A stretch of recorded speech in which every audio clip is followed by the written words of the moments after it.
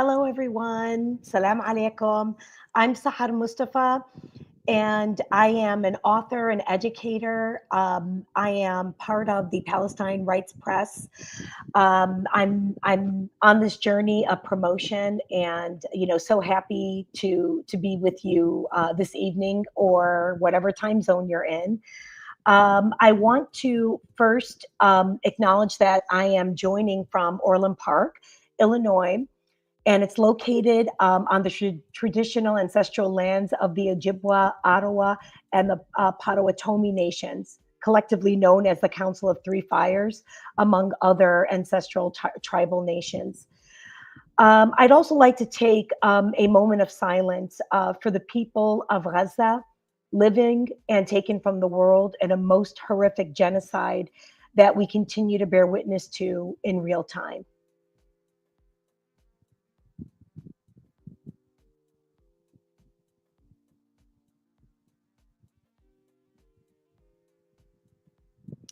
Thank you. I really appreciate folks joining us tonight. I want to thank especially the Arab American National Museum for so generously hosting this event as part of its very moving series to center Palestinian voices, Words for Palestine, and the museum's amazing staff that made this happen. We have Jacob Armate, who is going to be taking care of the tech aspect, and I really appreciate that assistance tonight, Jacob. I also want to thank the audience members for sharing space with us this evening. And again, depending on the time zone that you are in, and to the amazing contributors to this really beautiful, important anthology, those who are reading this evening and everyone represented in the book.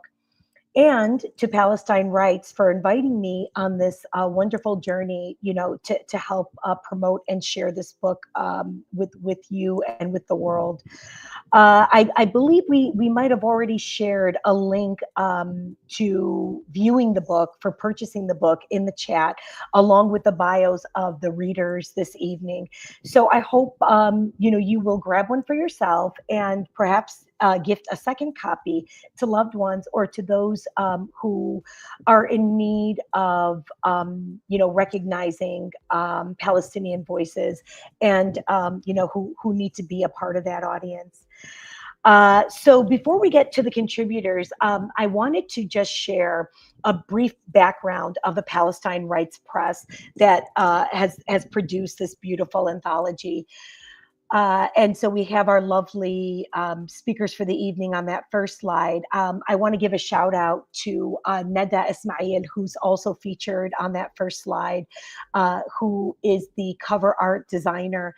And some of you might know her. I actually have this exact print, that graces the cover on my wall, actually, in my writing space here. So, what a beautiful embodiment of the Palestinian stories that are in this book and the different regions that are represented. Next slide, please. And so if you don't know anything about Palestine Writes, and I figure many of you do, I just wanted to introduce you, or remind you of Susan Abu Hawa, who is the creative and executive director of Palestine Writes, and Susan Muadid-Raj, who is actually the editor of this anthology. I had the absolute pleasure of meeting Susan Abu Hawa for the first time at the second Palestine Writes Festival in 2023. And Susan Muadid-Raj and I, we have, been friends for years and actually exchanging work. So I'm really excited to be, seeing all the amazing things that she has been putting out in the world. Next slide. So I just wanted to share quickly. The first Palestine Writes Festival happened in 2020. It was meant to be an in-person, but as we know, the pandemic hit, and it turned into this amazing 5-day virtual festival. I was so honored to participate the first time in that virtual space. And it was just an amazing testament to the stories that tend to be invisibilized, you know, particularly in the United States. Next slide.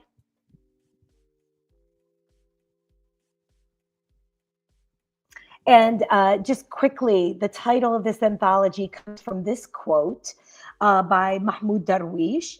So at the inaugural Palestine Writes Festival, it was a groundbreaking celebration of the power of Palestinian artistic visionaries and their supporters, bringing us together in the spirit of Mahmoud Darwish and his sentiment that we, quote, have the right to smell autumn's fragrances and ask the night for a dream.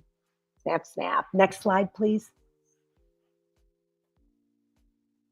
So we gathered again for an amazing virtual conference in 2023, not knowing that just days later, a genocide would be happening, and has continued, and we continue to watch, to observe in this live streamed horror.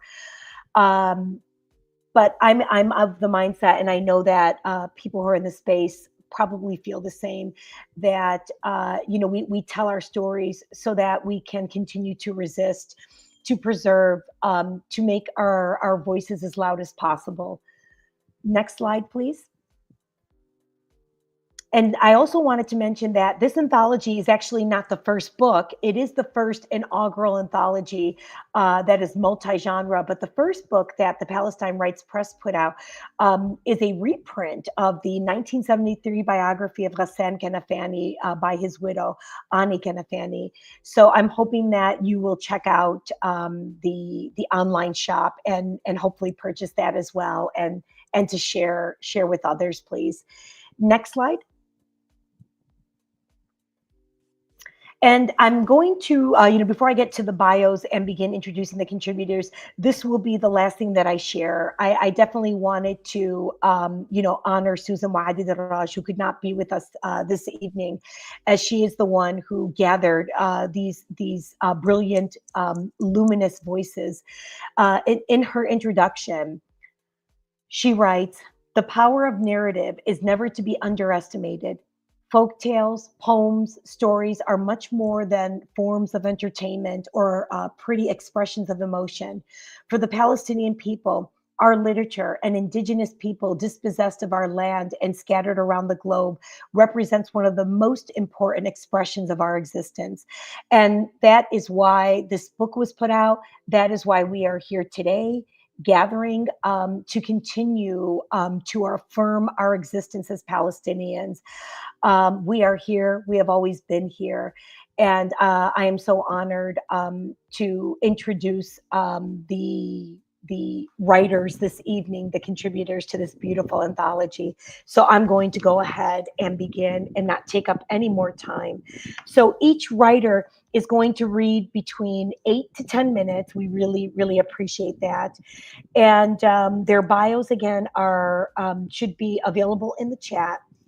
And if there are any issues, I know Jacob and Julia, who's also from the museum, will be available to help us out. So please let us know in the YouTube chat if something is going on, and you know, we can resolve it as quickly as possible. So again, very honored to be here to begin another event for Words for Palestine. Thank you again for helping us launch this book here in this space. I am so excited to introduce Muna Gazala, she, her, who is a Palestinian multidisciplinary artist and writer, born and raised in Cleveland and now living in rural West Central Ohio. Her writing has appeared at Shorrock Literary Festival, Gordon Square Review, Muff Magazine, Utopian Megapraxis, Ohio Bards, and About Place Journal. And there's more about Muna at www.gazalaprojects.com. Thank you so much, Muna, for being here tonight. I'm going to hand it over to you. Okay. Thank you. Thank you for hosting all of us. It's a pleasure to share and to hear from everybody else. I'm going to give a little context to this first poem and make the assumption here that I'm probably the oldest poet in this cohort. And so a bit of this poem is about growing up Palestinian American in the 1970s. And the poem is called Carried. At a Formica kitchen table with skinny steel legs, Mom would mince green onions, red tomatoes for tabbouleh. She would peel the cucumbers, and I would eat the peels, deep green, summer, succulent, crunchy. And she would chop the fresh washed bunches of parsley, and the smell of green, wet, frothy foliage would fill my nostrils, and burgul, soaking, would be strained and tossed into the bowl with salt, and lemoon, and zait. From scratch, she made what we ate, because what we ate was not a thing you could buy at the store. No one had ever heard of tabbouleh before. It wasn't a thing. It didn't exist outside of our own Palestinianness. An island in a sea of burgers and fries. As a kid, I never liked eating tabbouleh so much as I liked watching my mom pare and prepare, and me snagging my share of cucumber peels before they went to waste. It is the smell and the taste amid the ruins of all the rest. On a 1-acre lot in Urbana, Ohio, I got those 4 dunhams. I sweated and panted and labored. The sun beat down on me as I pushed a small lawnmower through a big field of new growth on a gently rising slope of rural land. And the sun slipped lower, and the groundhogs chirped and whistled from their dugout underneath the old schoolhouse. And under my lawnmower, there at my feet, the succulent, sweet smell of green, fresh-cut parsley from some wild ground cover filled my nostrils and carried and carried. Over the tiger lilies and the post and wire fences, the cows in the pasture next door stared lazily with dark eyes, flies buzzing around their faces. And even now in new ancient places, and even here on the dirt of someone else's history and pain, my history can persist, transfer, remain. Hemingway's movable feast, Proust's vast structures of recollection. You know, tabbouleh's now made to go. It comes in plastic carry-out containers at Kroger in the deli section, next to the Israeli hummus, the Palestinian exception. We have accepted our food, our earth, but not our bodies in the land of our birth, not our mother's bodies, nor our mother's chapped hands as they diced, chopped, peeled such dark green tastes that transcend even time, death, memory, space. This next poem is called Red Rimmed Sky as Gaza is Destroyed, and it's dated November 2023. When the sun slides under the horizon, the western sky is filled with glowing red jet streams like little comets moving in all directions, like the plastic stars we used to stick on the bedroom ceiling. Then the sky cools from white hot to deep blue, horizon rimmed with the deepest red along the tree line. In cold shadows below bare naked tree branches and woven thickets, I imagine hearing the creek water whispering in quiet conversation with itself in the dark. Once when my son was little, I had a dream of his dismemberment. "Look, Mom," he said in his childish voice. "Look, Mom, my blood is such a vibrant red." "Vibrant," he said. He was so precocious, and he rolled his R's a little, like his grandpa.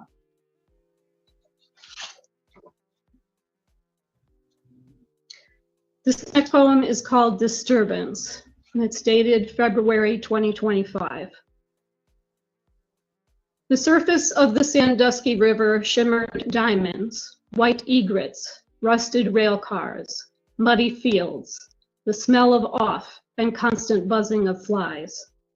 The archaeologist taught us basic terminology from Xeroxed and stapled papers, rustling in the wind in front of us on gnarled gray picnic tables well past their prime, and sheltering the occasional wolf spiders who peeked at us from between slats, balked at our intrusion.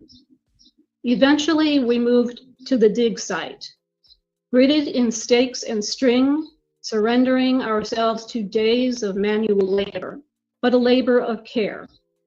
Sifting 5-gallon buckets of grit from a woodland period gravesite before the bulldozers were brought in to further defile it, grade it for a concrete street and a gated vacation community.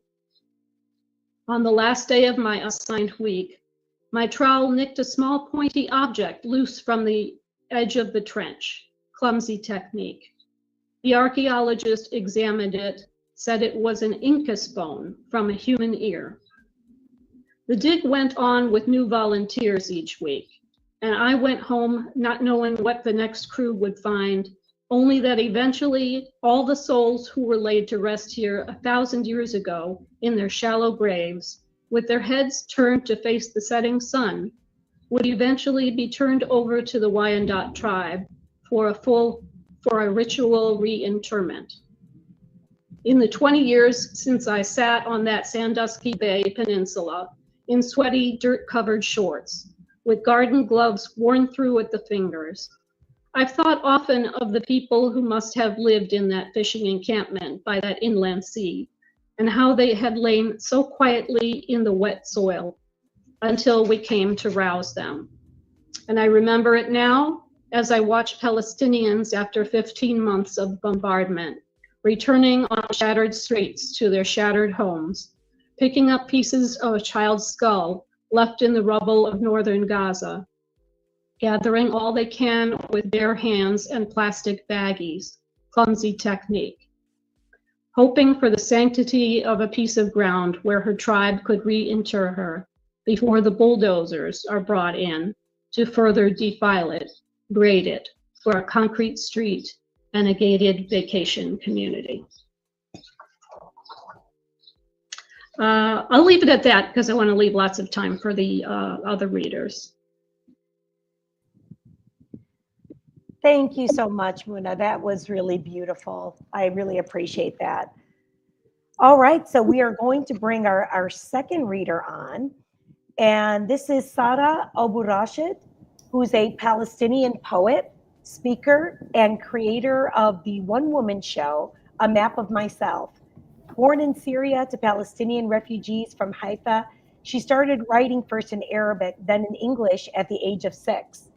Winner of the 2023 Hopwood Poetry Award, Sara's poems are widely published in magazines and anthologies, including grades 9 through 12 McGraw Hill curriculum. Sara lives in Columbus, Ohio with her family and is working on her first book or two. More at saraabouRashed.com. Welcome, Sara, and I'll turn it over to you. Thank you so much, dear Sahar, and thank you all watchers and contributors. It's really an honor to be part of this beautiful project. I'll be reading from my hybrid essay, which braids poetry and prose and is titled Until We Return, on being a Palestinian writer. And for those of you who already have your copies, this is page 122. There is no beginning for what you find yourself inside of.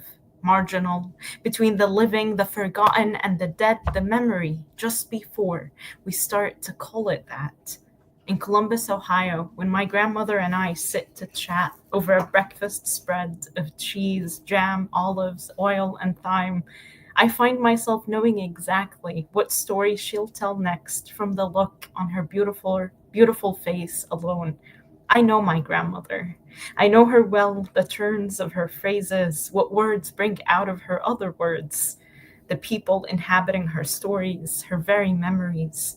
It is not that she only has a handful to share, nor that she's shared them many times I had no choice, though indeed she did. It's that I feel entrusted with what she carries, invited even, to share the load, the loaf from where she cuts.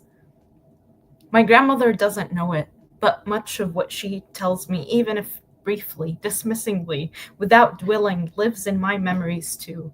I surprise myself when those same stories reappear for me in poems, in journal entries, in a deja vu, not my own, yet somehow mine.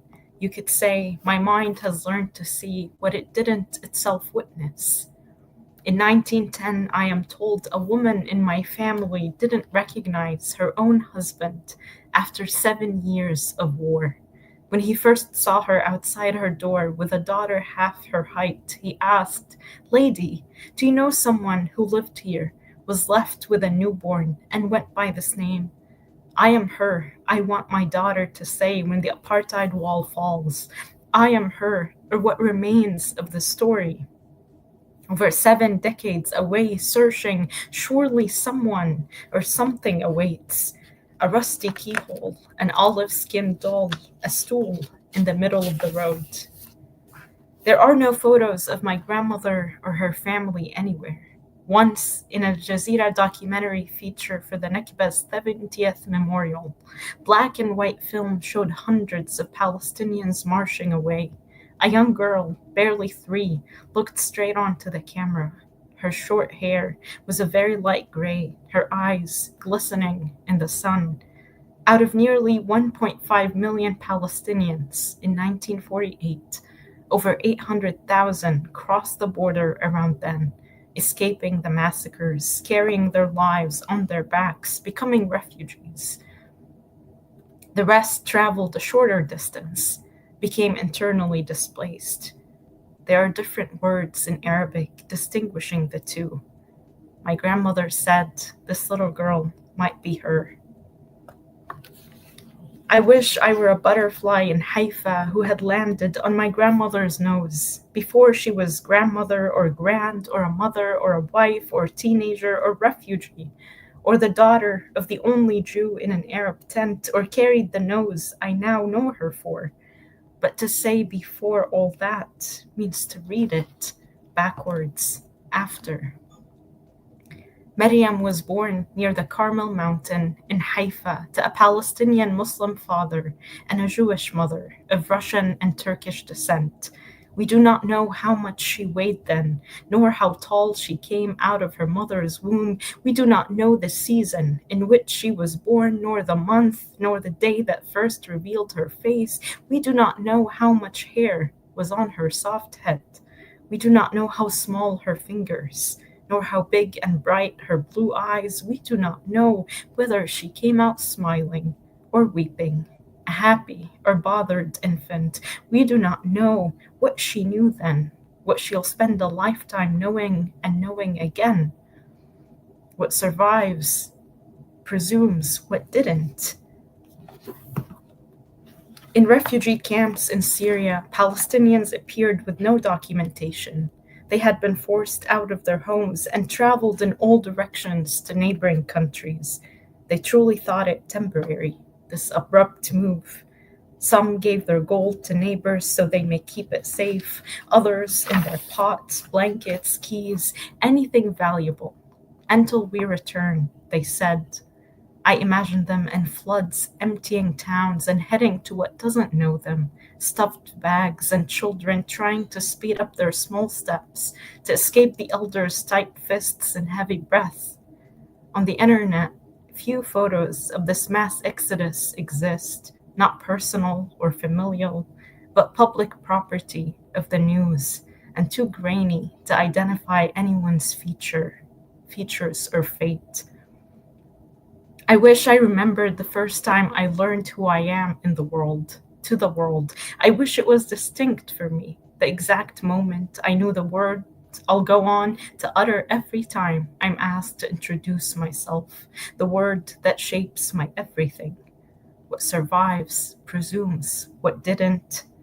One day I was trying to teach the children to draw an apple and a banana according to the syllabus approved by the Syrian government. As I was teaching there, and had to stick to the book. And at the moment when I was trying to draw these two pictures on the blackboard as best as I could, I felt a sense of alienation, of not belonging. And I remember well that I felt at that moment that I had to do something, because I realized, before even looking at the faces of the children sitting behind me, that they had never seen an apple or a banana, says Ghassan Kanafani in a 1974 interview. In tents, Palestinians stayed until the move proved no longer temporary. Countries with large amounts of newcomers, whether officially and legally welcomed or not, suddenly had to reassess. In Syria, the United Nations and Relief Works Agency for Palestine Refugees, also known as UNRWA, worked with the government to name a few random and vacant strips of land for Palestinian camps. Modest sums of money were given to families so they may replace tents with one-bedroom apartments, and decades later, these camps continued to bear the name, though slowly they were shedding the tents and the appearance. We lived in a Yarmouk camp, the largest and only unofficial one. There was no connection between them and these two pictures, the children and the fruits. In fact, the relationship between their feelings and these drawings was strained, not good. It was a decisive turning point, as I remember that very moment clearly among all the events of my life. As a result, I erased the drawings from the board and asked the children to draw the camp. Continues Kenafani. I thought at 76 years of age, my grandmother would have said all that she knows, all that she remembers and has thought. Most of her stories I had heard over 20, 30 times and by now memorized. There was never any mention of a tent. In fact, anyone familiar with the neighborhood where I grew up in Damascus, Syria, always makes a point to call out the irony of the name, El Yarmouk Camp, which, despite being a camp, was an entire city. Tall buildings and lovely restaurants and local businesses and schools and even luxurious European clothing stores.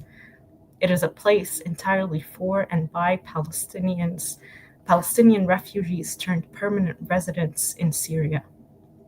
In this part of the world, everyone carried the same wound of displacement.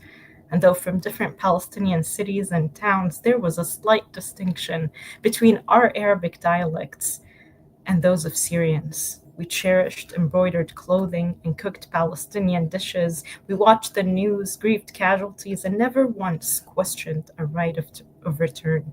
Of course, we would return. We want to return. And I'll leave you at that to keep reading the story of the tent. Thank you all. Thank you, Sara. What a great place to pause. I appreciate that. And it's been lovely hearing you and Mona so far, the pieces that I've read, and then to hear you, read, perform has just been such a treat.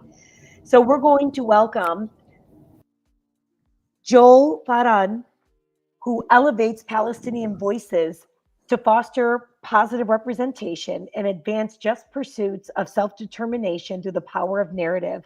In partnership with Cinephilia Productions, Farran is creating the Recollect, an Arab-futurist episodic series, which I actually got to hear live, which was wonderful, in Chicago. He is also the executive producer of Discovering Tino, a feature documentary in development celebrating the 100-year mystique of Club Deportivo Palestino in Chile. Welcome, Joel. Thank you, Sahar. And I'd be lying if I didn't tell you it's hard to transition from listener to reader. And so it's a privilege to be here with all of the other contributors. I'd like to thank the Arab American National Museum for providing the space, and to all of you for being witness to our stories. As Sahar mentioned, I'm sharing an excerpt from a pilot script for The Recollect, and it's an Arab futurist speculative drama series currently in development with Cinephilia Productions. And as for its inclusion in the anthology, there's sort of an absurdity to dropping the reader into the middle of a screenplay and saying, figure it out, while just offering a few nuggets of familiar motifs and human moments to relate to. In reality, disjointedness, incompleteness, and figuring it out are features of the diaspora, and so in some ways the inclusion of a script excerpt makes perfect sense. So for those not familiar with scripts, the writing is pretty dry, and scripts don't fully come to life until a team brings it to life. And so I don't have a camera, light or sound crew tonight, so your imagination needs to be my crew, and I'm asking you to figure it out. So typically scripts are first revealed with what's called a table read. There are actors who will read lines to audition for the parts, which makes it easy to follow the dialogue between characters. Tonight it's just me. So I will signal the scene locations. I will provide description or stage directions for actions. And I will also read the character dialogue. It's a little easier in person. So this is my first time doing this virtually, and hopefully it works. So you are now entering a future present day of hyper surveillance, dominant digital currency, and an inversion of time when there's power to being off the grid. Pockets of local political and financial power structures now overshadow nation governments across the world, with Palestinians emerging at the forefront of regional and even international power and influence in the West, the global South, and of course in Palestine. So imagine you're clicking through your streaming service of choice, trying to figure out what to watch, and you read a little snippet, and here's the log line that will hopefully capture your attention. When a patented memory restoration product is compromised, competing personal, financial, and political interests clash on a global scale as the product's Palestinian-American inventor, Spiro, races to salvage his one chance to discover what happened to his missing family. So hopefully you're intrigued and you click watch. So let me just give you a little background on the scenes, and then I'll get to it. Spiro is the protagonist. He's a 40-something Palestinian-American physician inventor. Samia is his slightly younger sister. Nash is a ride-share driver. And Elias is Spiro's father. The events take place in Dearborn, Michigan, with a flashback to Jericho. And we actually start with a scene where Spiro is breaking his sister Samia out of an acute care facility. Interior respite care home, small supply room, night. Spiro begins opening and closing several drawers. He stops on a drawer and lifts bottles one at a time to read the labels. He pulls one out and looks at it. We see a brand name. He rotates it. It reads, oral anti-diabetic tablets. He places the bottle in his pocket. Cut to interior respite care home, hallway, night. Spiro is walking along the wall in the hallway, indiscreetly puffing out his chest and overacting a casual walk. A now dressed Samia is walking behind him, slinking along the wall. Spiro, whispering earnestly, act natural. Samia looks down at her feet. She is still in slippers. She rolls her eyes. Down the hall, there are two aides urgently coming in and out of the room. Beeps are heard from the room, and the aides are indistinguishably talking. Spiro looks up at a surveillance camera and pushes a nearby tall food service delivery trolley in front of them. They crouch behind the trolley and step to an exit door with a sign that reads, emergency exit only, alarm will sound. Samia grabs Spiro's arm. Spiro, it's just to keep us doctors from smoking in the stairway. Spiro opens the door and he and Samia enter the stairwell. Cut to interior idle car, night. Spiro and Samia enter the back seat of a rideshare car being driven by Nash, a middle-aged man in a flat cap and casual jacket. He takes a final deep drag off a cigarette and hastily tosses it out the window. Nash, you didn't enter a destination. Spiro, coughing and waving his arms, turn off the nav. I'll give you directions. We see Nash's eyes peering suspiciously in the rearview mirror at his passengers. Samia is looking out the window with her arms crossed. Nash continues, you know, it's tied to the payment. Spiro, I'll pay cash. I'll make it worth it for you. Turn off the nav, please. Go straight. Nash, still peering through the rearview mirror, pauses and then reluctantly swipes the screen of his mounted device. Spiro, now slowly guiding his fingers through the temples of his hair, lowers his head and looks back at the driver through the rearview mirror. I just need a trim. Still suspicious, Nash reluctantly begins to drive. Spiro stares at a Palestino FC pennant dangling from Nash's rearview mirror. Slowly dissolve to flashback, interior bedroom day, Jericho, circa late 1980s.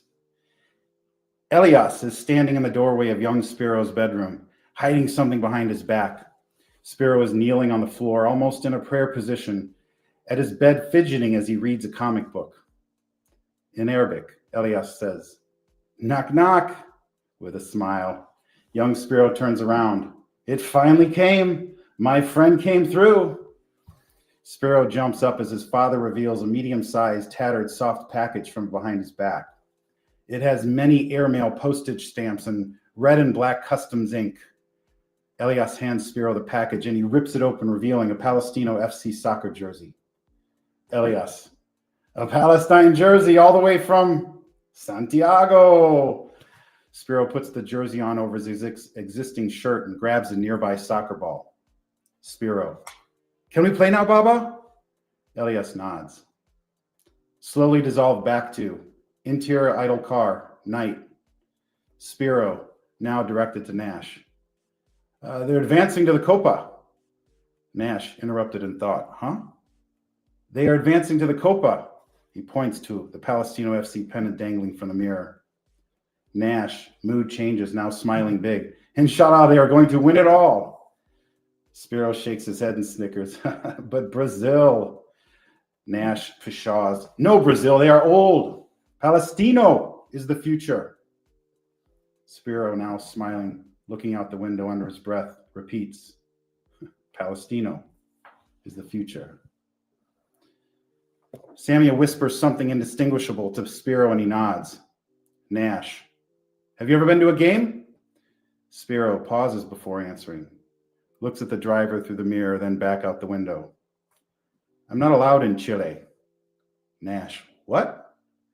"It's a long story," Spiro says, now pointing out the window. Here, you can drop us here."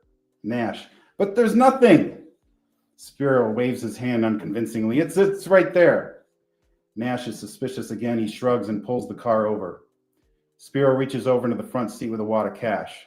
Nash waves his hand. No. You put your money on Palestino." Spiro now shoving cash near Nash's face. "Here, take it." Nash in a firm tone. "Habibi, no, go." He hands Spiro a card. "Next time you need a ride, call me. My name is Najri. Everyone calls me Nash." Spiro to Nash. "Shukran." Nash graciously nods. Spiro now to Samia. "Let's hope this works." Spiro and Samia exit the car. Spiro closes the door. Excerpt ends.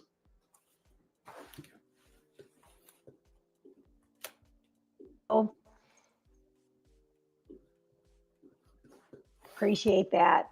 And you know what? It's the kind of excerpt that, yeah, you just pull off so well, and really, I mean, I can visualize. And of course, I saw you do it live, but here again, wonderful. Thank you. Thank you. So I'm going to bring on our next amazing reader. Welcome to Sonia Sulaiman, who writes fantasy inspired by Palestinian folklore. Her work has appeared in several magazines and anthologies. She's editor of Time Travelers, an anthology of Palestinian speculative fiction, and that's Time, as in the spice, which I love. Her stories have been nominated for Pushcart, Lammy, Palestine Book, and Best New Weird Awards. Welcome, Sonia. Thank you. I know you were having some issues with tech, but yes, thank you so much. I'm just so pleased to be here with such illustrious company, and I'm very honored. This is a flash fiction piece that I wrote, and I just wanted to add a little bit of context before we dive into it. It's called Dream of the Dove, and it's in conversation with a genre of literature called the dream vision. And I think the most popular dream vision is probably Dante's Divine Comedy, right? Where there's a dreamer and there's sort of a very symbolic type of journey that they go on, and they have a guide. And this was also very popular in literature that were, I don't want to say the Middle Ages in the Middle East, because they didn't really experience the Middle Ages. They had more of a golden age. So this is kind of about my exploration of being, well, I used to say half Palestinian and half and so on, all of these different ethnicities that I have that make up a part of me. And I've come to realize that I no longer want to subdivide myself, if that makes sense. So um, there are sort of seeds from my ancestors in this piece, but also the fantasy element comes from my exploration of Canaanite mythology and the relationship of the gods to the cities in Canaan. She watched the machine hover over her garden, saw it descend, and knew her plants along with much of the topsoil were flying up into the chute to be disposed of. They needed to put the pole just there, they said. There was no arguing with necessity. She remembered the rosebush then, the one that someone mistook for weeds when they cut her lawn in the dark. They'd expected her to pay them extra for that. She stayed until the deed was done and went inside, the screen door snapping closed behind her. She held the ground between despair and hope, pessimism and optimism. This is how it always is. This is how it goes. It is what it is. She made the tea, dark and sweet, and stirred with a fresh sprig of wild mint. Janine was an avatar of the village of Hammam in the old country. She was born and raised on Turtle Island, in a place where the water bends. Janine is not aware of her nature. She became the village silently in the night. Less dramatic than those who are charged with carrying the spirit of other communities, her development took wandering and gentle paths.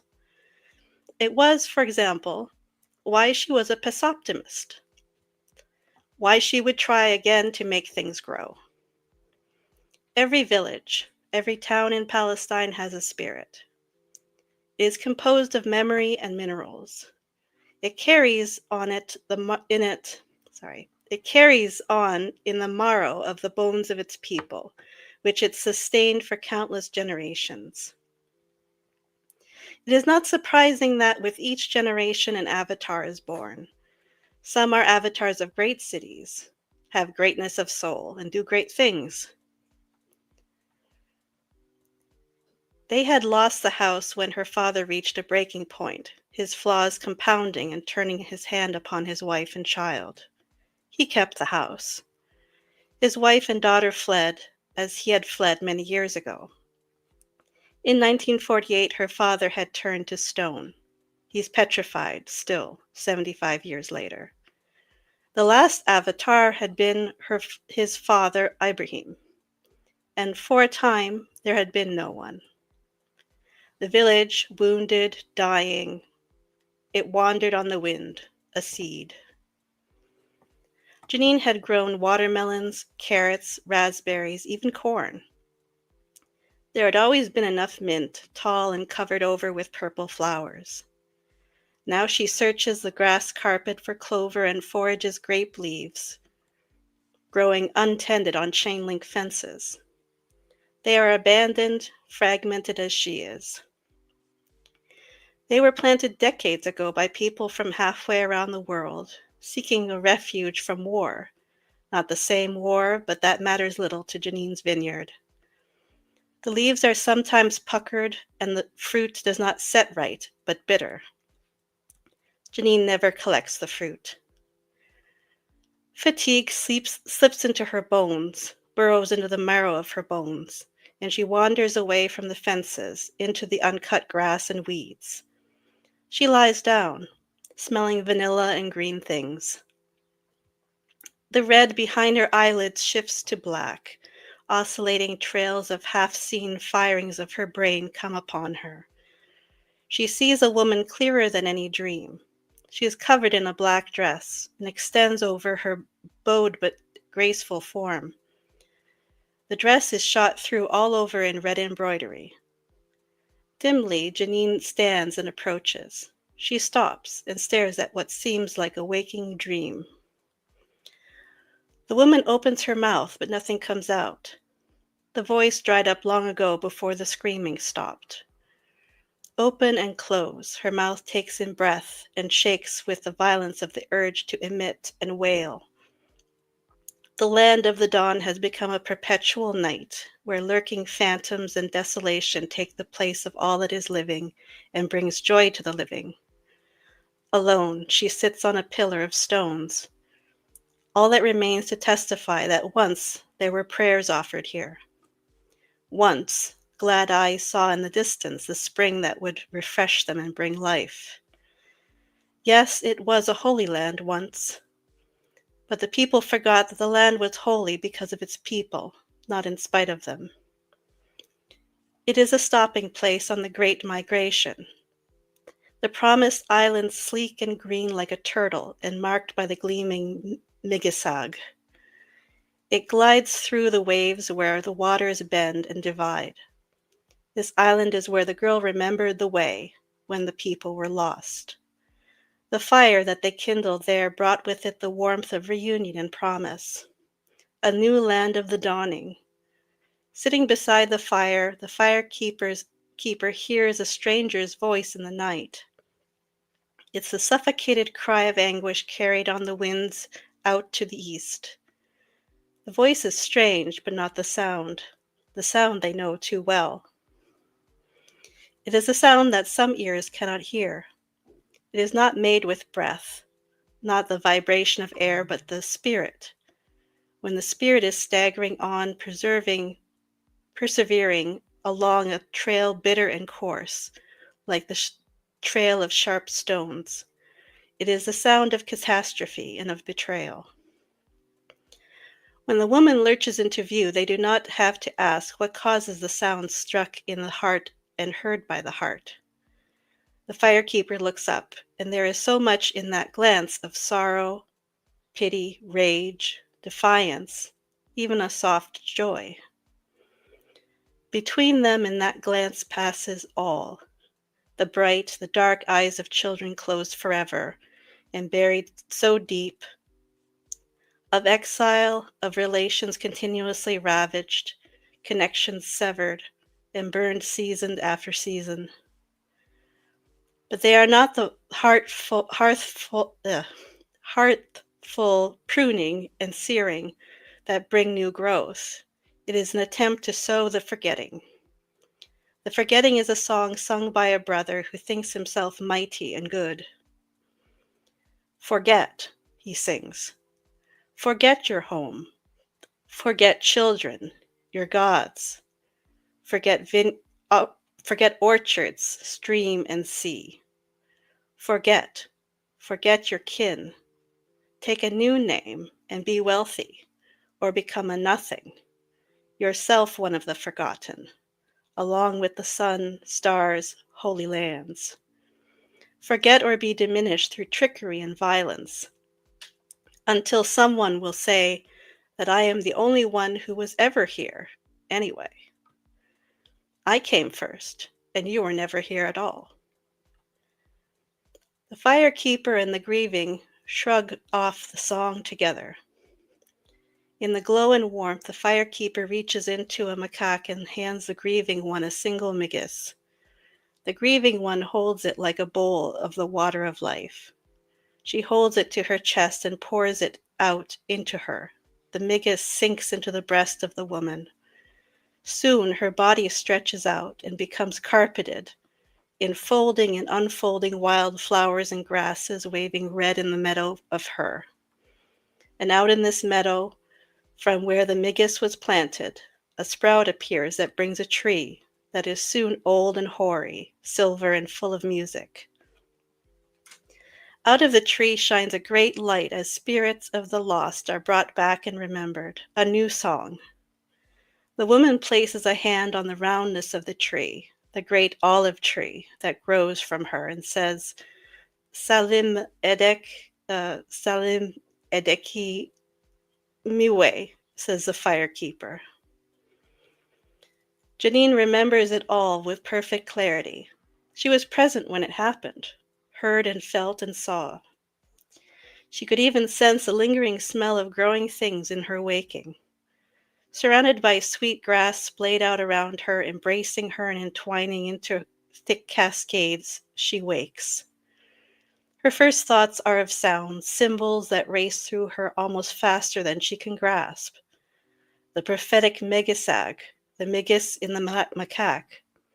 Dispelled and into her settle the images of pearl-lined cowrie shells in a small container made from a twig and the stripped bark of a birch tree. She knows that there is a science to finding the right tree in the right season, and the harvesting when it comes away in large, pliable sheets like leather.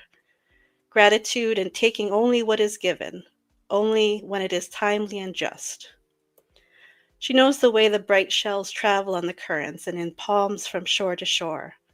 There is a kinship there, a fellow traveler tossed by the tides and swept away from the land of the dawn to a new promised land. Her brows knit in the song of the firekeeper, and the woman returns to her. Gratitude again, but this time the kind that can only be expressed from one human being to another. 2 languages, 1 heart. A hope, a blessing called down upon the helping hands of the one who tends the flame and sows the seed of kinship. May those hands remain whole and secure, in peace and for the sake of their gifts. And from the firekeeper, the totality of understanding what that transcends the word. It is the understanding of one who can encompass all of creation. And so why would that understanding not transcend her language barrier too? The sun has warmed her, and she wonders idly if she has sunstroke. As she gathers her bags of foraged herbs and walks back to the road and heads for home. Across the street, someone is passing in the opposite direction. They turn dark eyes on her, and the penetrating look draws her own eyes up inevitably. The 2 gaze at each other, stopping. "Firekeeper," says Janine. The person lifts their head and waves once. A salute? A greeting, or are they saying goodbye? Janine drops her bags that are suddenly heavy and waves back. When immortals meet, it is the light that flashes in the corner of the eye. The epiphany of the god lasts only an instant, but is searing in its intensity and transformative to all who experience it. No one witnesses Janine waving across at the firekeeper. There is no one walking that road but herself. One woman who held a village in her palm, and one who held a nation.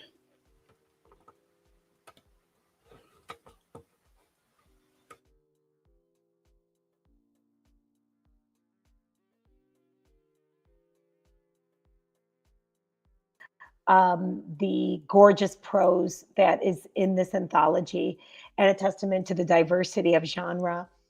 So we are going to go next to Mandy Shunnarah, who is an Appalachian and Palestinian American writer in Columbus, Ohio. Their essays and poetry have been published in Electric Literature, The Rumpus, and others. They authored Midwest Shreds, Skating Through America's Heartland, and their second book, We Had Mansions, Poems, is forthcoming from Diode Editions. Read more at mandyshunnarah.com. And so excited about that book, Mandy. Welcome. Thank you so much, Sahar. Thank you to Palestine Writes, Thank you to the Arab American National Museum. It's an honor to be here. And please don't forget to donate. Everybody who's here, thank you for being here too. But please give as generously as your means will allow. So to Sonia's point, which she said so beautifully, they said so beautifully, of no longer wanting to subdivide yourself. That's essentially what my essay in the collection boils down to. It's called Redneck Palestinian, and it's about being Palestinian and growing up in the Birmingham, Alabama area. And I wanted to write about that because so many people, when they hear my accent and they, find out I'm Palestinian, they're like, wait, what? There are Palestinians in Alabama? And I'm like, yes, much more of us than you would think too. Wallahi. But I tried to like condense the essay down to fit the time, and I was really struggling. So to make sure that I don't keep us here all night, I'm primarily a poet these days, so I'm actually going to read you two poems instead. So here we go. The first one is Ars Poetica of Partridges in Palestine. Cito told me once our last name means partridge, that sweet little bird in the pear tree every Christmas. I'm looking for metaphors on Wikipedia again. It's easy to write poems about birds with so many species of partridges. National Geographic says 43 of those species are decreasing in population, something Palestinians know all too well. People like poems about birds more than they like poems about Palestine and actual Palestine and her endangered people. We just won't go extinct quickly enough. But I digress. That's not the metaphor I'm looking for just yet. They interviewed an avian ecologist who says partridges are ground dwellers, unlikely to roost in pear trees. So those first day of Christmas birds of the family Faisinidae, presents from one's true love, were put in pear trees against their will. Branches like an open-air prison the world ignores because at least they can still see sky. Some might say I'm reaching, but that's what metaphors do. Inside them, though, there's always a feather of truth. This I know. When it comes to partridges and Palestine, the pervasive popular messaging around us both is false. The difference is, everyone knows senselessly killing birds is wrong. This next poem requires a little bit of context. I was inspired to write it. It was actually based on a prompt that said, write a poem that's like a letter to your younger self. And one of the example poems was a poet who had written this letter to herself, her younger self from 12 years ago. And I was thinking about what I was doing 12 years ago. And I was in college at the time, and was just thinking about how different things are now. And then I found this quote by another poet that became the epigraph to this poem. And the quote is, "Why not just try to settle in, take your place, however undeserved, among the fortunate? Why not trust that almost everyone, even in his own house, is a troubled guest?" That's by the poet Stephen Dunn. So this poem is, to the troubled house guest of my once and future self. And I imagine it's how a lot of people in diaspora feel right now. I try not to laugh at you who couldn't have known yet that it gets better is more truth than platitude, but only if you hold on long enough. You used to weep in your campus apartment for a cheap old house in a mid-sized city, big enough for a desk and yoga mat, a built-in bookshelf, cats basking in the windows, and curbside recycling. The luxury of an unpretentious life lived well. My love, you got the house and the cats, the desk and the mat, in a city greener than not, and a neighbor who teaches you the names of yard botanies and listens when you tell her the one you know well. The fruitless grapevine that clings to your bush is the same varietal that twined Cito and Teta's chain-link fence, the one she plucked to make grape leaves, your favorite.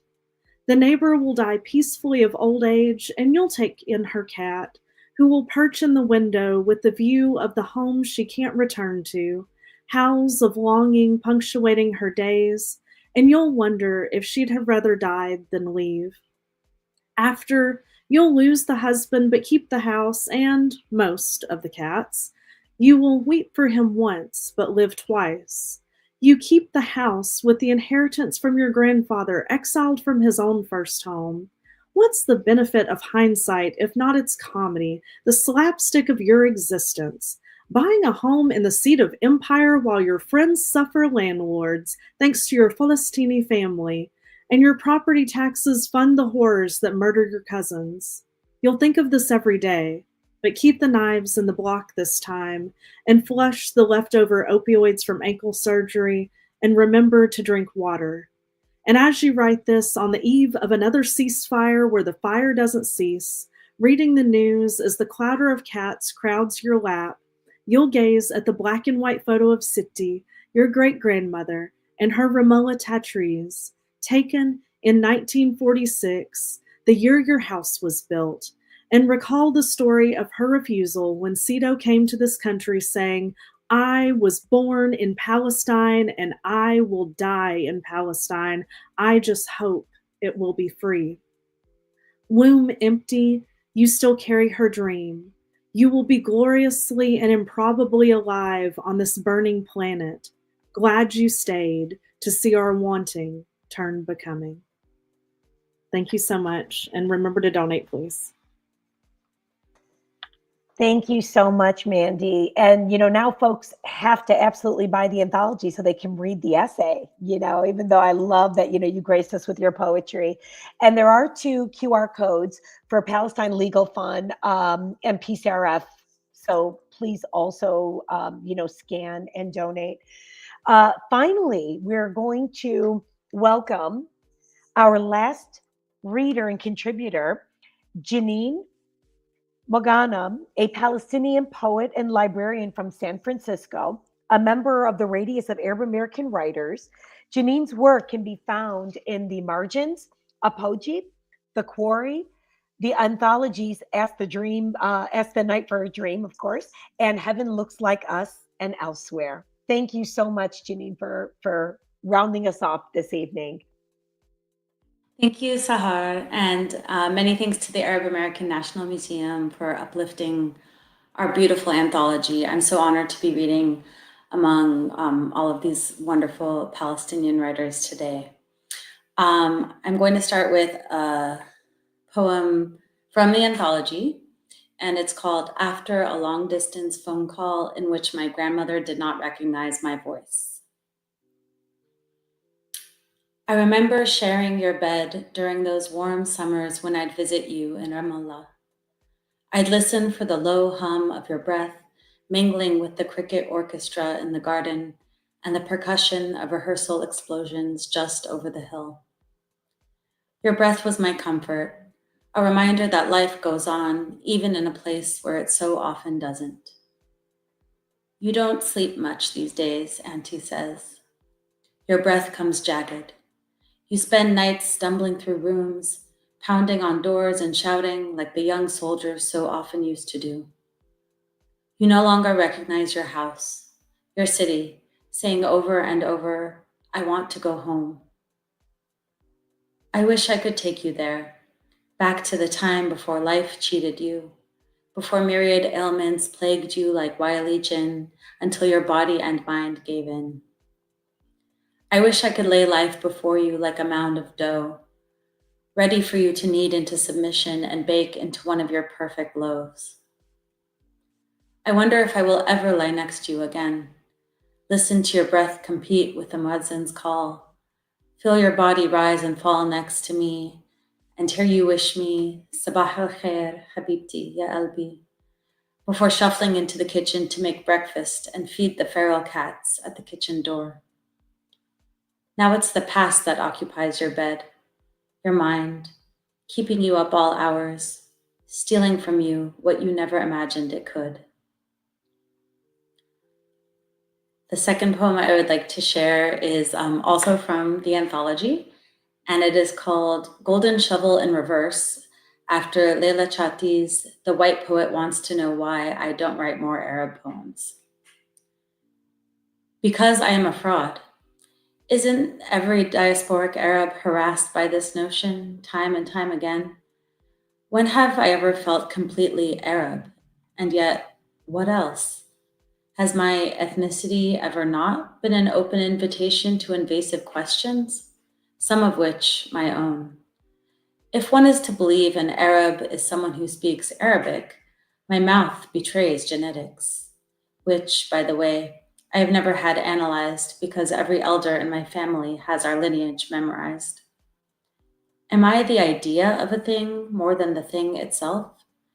If an Arab in America is read as Mexican, Greek, mixed race, or other, does the Arab really exist? Or perhaps this poem is simply an opening. Aladdin's Cave of Wonders? No. In which I seek my fortune, hurriedly, before its great mouth slams shut and imprisons me forever among the treasures of the Orient.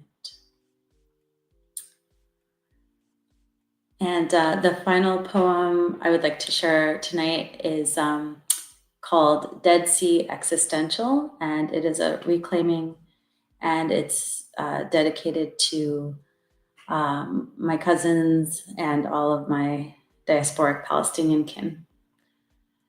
Dead Sea Existential. I lick my lips upon arrival, thieve salt as souvenir, gorge on sea air to slow the churn of my stomach, aching to be seen as Bint al-Balad. The tour bus that delivered us to the shore gives me away. My sweat slick face burns in shame. My cousins won't let me seethe, beg me to strip down to my bathing suit and float, weightless like them. I arabesque excuses, my period, my hair, watch as the water upholds my family. Her sea mouth sings, awaiting, and I drown in self-denial, anger lashing at my skin, rubbing salt into generations' old wounds. I fear the plunge would prove I am nothing more than tourist, a watered-down version of someone I'm supposed to be. I refuse to become postcard, a snapshot of grinning complicity.